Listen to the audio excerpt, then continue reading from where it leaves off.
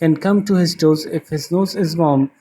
And it's perfectly known that a Pubble's toes are safe provided he minds his nose.